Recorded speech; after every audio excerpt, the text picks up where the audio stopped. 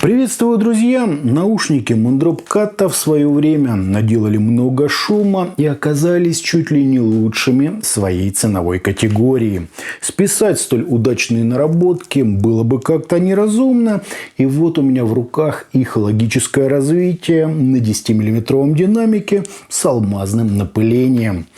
Причем хороши Kadence не только своей VDSF настройкой, но и присутствием сменных фильтров, амбушюр типа Crystal, крутым кабелем, а также наличием собственного ЦАПа со встроенным DSP-модулем. Родным параметрическим эквалайзером в нем можно накрутить какой угодно звук, ну или скачать настройки от других и еще более известных моделей. О них сегодня и говорим.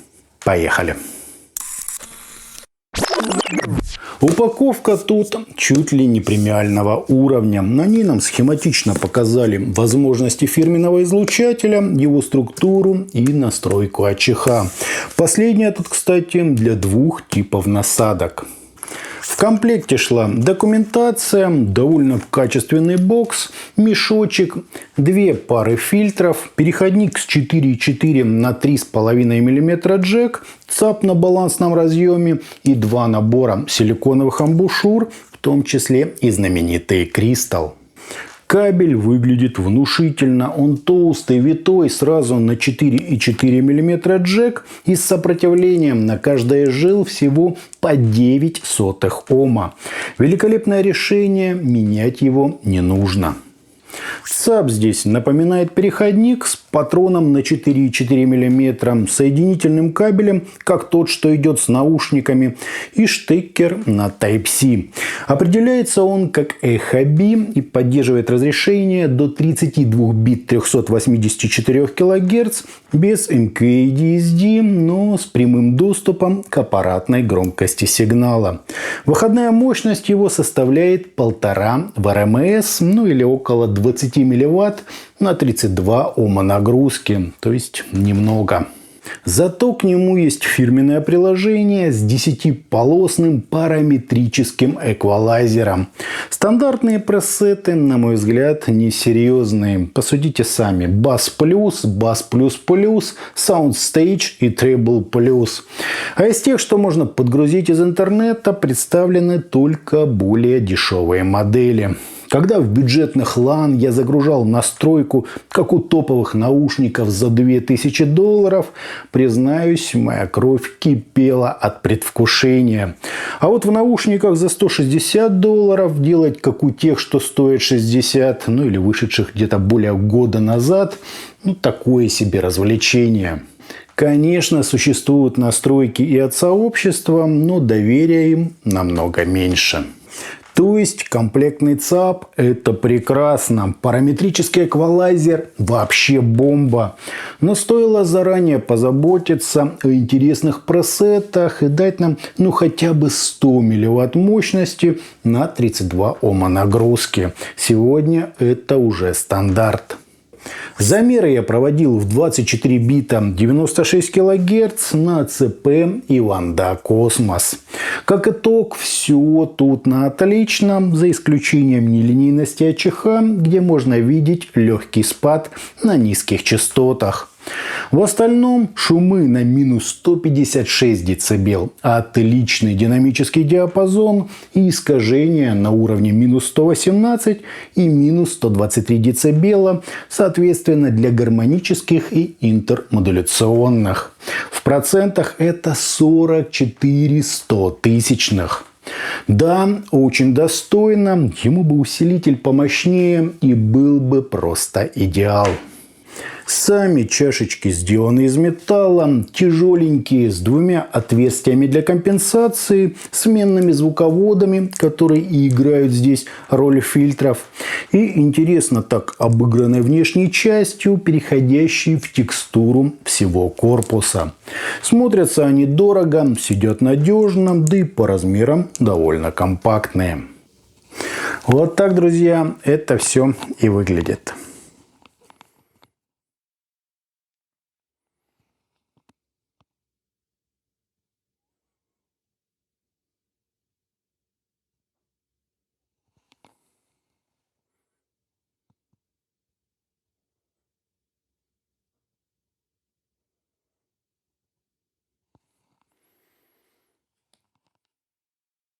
На измерениях у нас стандартный, как по учебнику, импульс, незначительные расхождения между каналами и искажения в пике, достигающие всего 0,1%, что просто великолепно.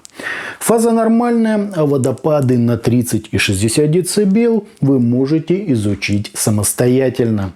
По АЧХ же низкие частоты приподняты на 6,5 дБ, чуть более выраженная область разборчивости, легкий акцент на усилении четкости звучания и отведенные на второй план высокие частоты. Замена амбушюр, как видите, влияет только на верха, а фильтры лишь слегка корректируют пик на 8 кГц. Что сказать, настройка отличная, пусть и не самого топового уровня, а вот от замены фильтров я лично ждал большего.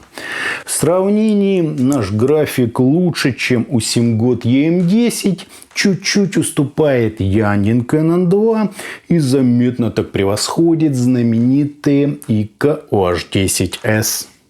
Сразу скажу по поводу фильтров. Средние по длине, которые идут из коробки, дают наиболее мягкое, обволакивающее и близкое к аналоговому звучанию. Установка коротких чуть-чуть добавляет в звук выразительности, улучшает динамику и, так сказать, подчеркивает голографичность. Ну и самые длинные сопла усиливают разрешение, скорость, прозрачность и артикуляцию. Лично я средние почти не использовал, а вот между короткими и длинными так и не определился. Когда хочется чего-то пожестче, ставлю длинные, а когда настроение лирическое – короткие. Других отличий между ними я не нашел. Комплектный ЦАП не очень мощный, поэтому каких-то чудес в области скоростных показателей от него ждать не стоит. Слушать можно и не без удовольствия, но ни в какое сравнение со стационарным усилителем для наушников он, естественно, не идет. Мобильные решения дадут побольше мощности, но в плане подачи и раскрытия материала особого прироста ждать тоже не стоит. То есть для повседневных нужд и мобильности комплектного решения за глаза. Однако с настольным усилителем или флагманским аудиоплеером результат будет куда более впечатляющим. В двух словах, ЦАП хорошо так добавляет звуковеса и объема, делает его масштабнее и чуть ближе, но слегка размывает нюансы и сглаживает динамику. В сравнении с более дорогими Tenxuneza сразу понятно, где играет связка из арматурных излучателей, а где крутой, но один единственный динамик. По глубине баса, насыщенности и аналоговой части герой обзора вне всякого сомнения лидируют. По мелодике и вовлеченности в материал у них плюс-минус паритет, а вот скорости разделения частоты в случае арматурных излучателей значительно больше. Разница в цене серьезная, но каденс буквально наступает им на пятки, не говоря уже о той самой гармоничности, которой обладает почти каждый динамик. Sika LVX D62 от Meyer Audio тоже заметно богаче по музыкальной части и более изысканы в прорисовке текстур, но они стоят в 2 раза дороже.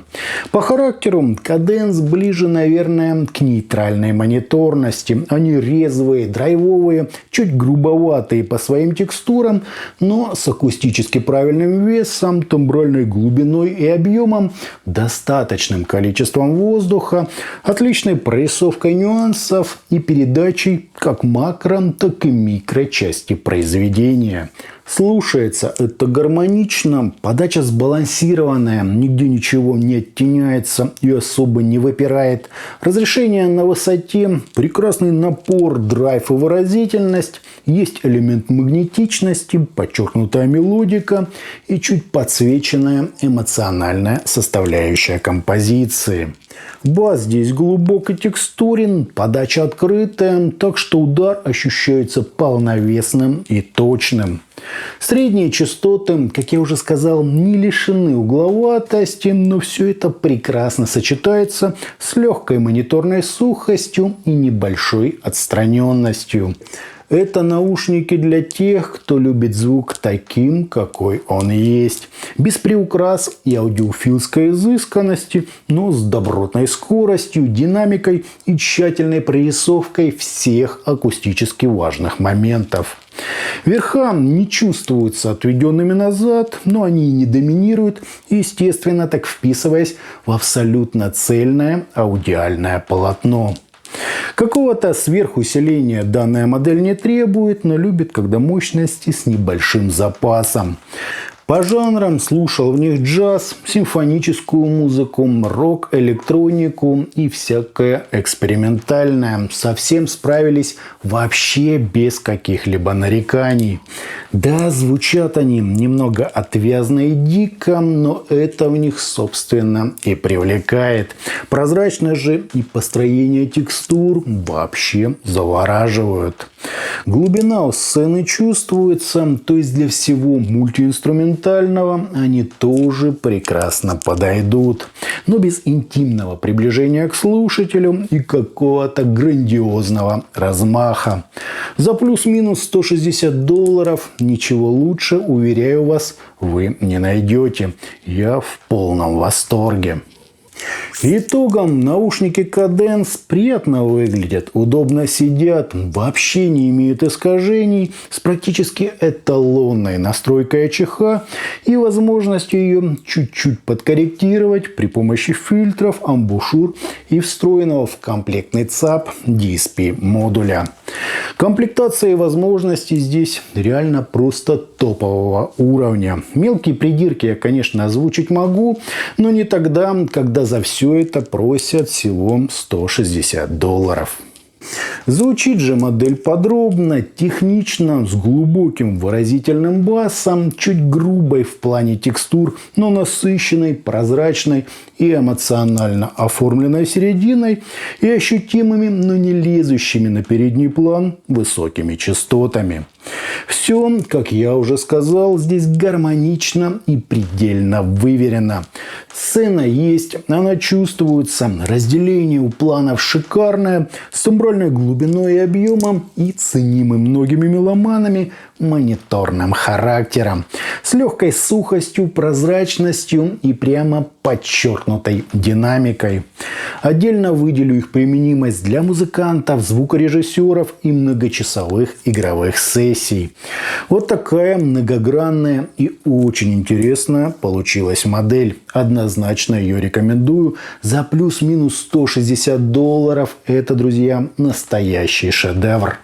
А у меня на этом все. Это была модель Moondrop Kadence. Не забывайте про группы ВКонтакте и Телеграме. На них обязательно нужно подписаться. Всем, друзья, добра.